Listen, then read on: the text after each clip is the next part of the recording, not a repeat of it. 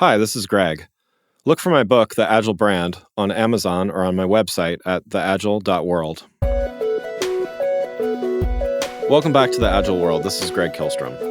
The last few episodes, I've been talking about what sets Agile brands apart from other brands. In the first part of this, I talked about one of the things is having an open dialogue with customers. So really not just responding to complaints, but also listening to and taking suggestions and incorporating feedback that's heard either direct from the customer or through third-party sites, things like that, into future products, services, and everything. In the next episode, I talked about telling genuine stories, and I used a couple examples from Oldsmobile, Starbucks, Nike, to kind of demonstrate both what not to do, which is telling a story, but one that really doesn't resonate either with your audience or with your values, as well as what to do, which is to align something with what you believe and what your audience believes and what they can really get behind. Today, I'm going to talk about how Agile brands use data to drive deeper insights and greater growth. So, unlike the listening to the audience, which is what I would say more qualitative feedback. This is using more quantitative feedback and really trying to understand through the voice of analytics and versus the voice of the customer. What do your customers want? What can you do to better serve them? And I think one of the big opportunities that we've seen. Big data, certainly a buzzword several years ago. It's not going anywhere. It's $200 billion industry within a few years, I think. So, certainly it's not going anywhere. I think there was a lot of promise with big data a few years back, but not as much delivery on that promise until more recently.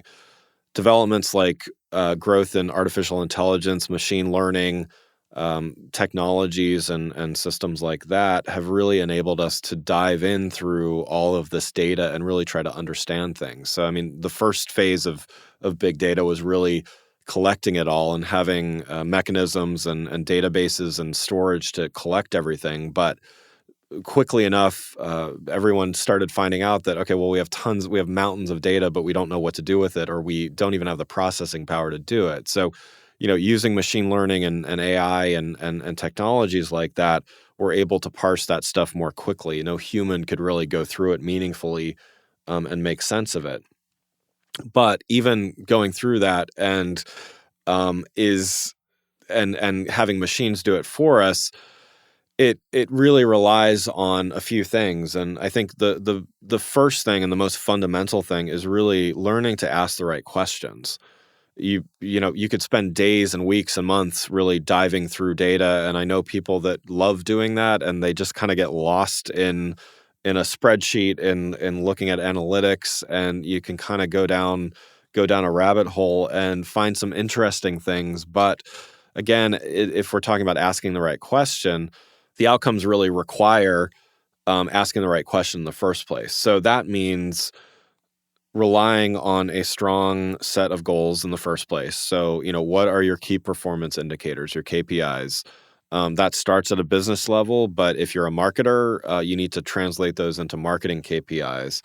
And then based on your strategy, you need to start saying, okay, well, I could answer any question in the world, but if I could ask 5 questions, let's say, through this mountain of data that I have, what are those things? And let's not get distracted by what I call indicators. So, analytics, again, gives us insight into so many things. But if we're only looking at indicators of what people are doing instead of actually getting insights about their experience, it becomes, we can get kind of distracted by these things. So, for instance, an example of an indicator would be number of social media followers or even likes of a post, or if you do website traffic, number of page visits or things like that. They're certainly useful statistics, but they're indicators of something much larger. So what's more meaningful would be how is traffic that comes from your social media going to your website and ultimately resulting in a sale? Just as important, the performance of that. So when I talk about performance, it's a couple things. So it's how quickly or easily did someone get through that process, or what is the change over time? What's the delta? So in other words, over the course of a month, has that process, and have more people gone through the funnel, I guess, so to speak, than last month? So how are we actually performing?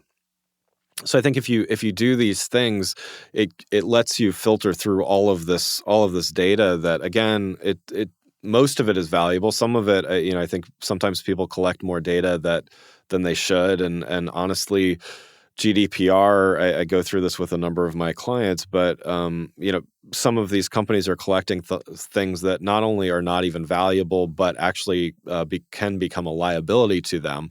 So I think you need to be really careful about, not only what are you tracking, but why are you tracking it, and what are you actually going to do with it? And so by asking the right questions, it really drives you to be able to be more thoughtful. So taking that agile approach, that methodical approach to adjusting and optimizing, you can be a lot more successful as a brand. In the next episode, I'm going to talk about the next thing, which is staying nimble by always listening. Thanks for listening. Have a great week. If you enjoyed this episode and found it helpful, please rate the show on iTunes or contact me through my website at theagile.world. You can find my books, The Agile Brand and The Agile Web, on Amazon and on my website at theagile.world.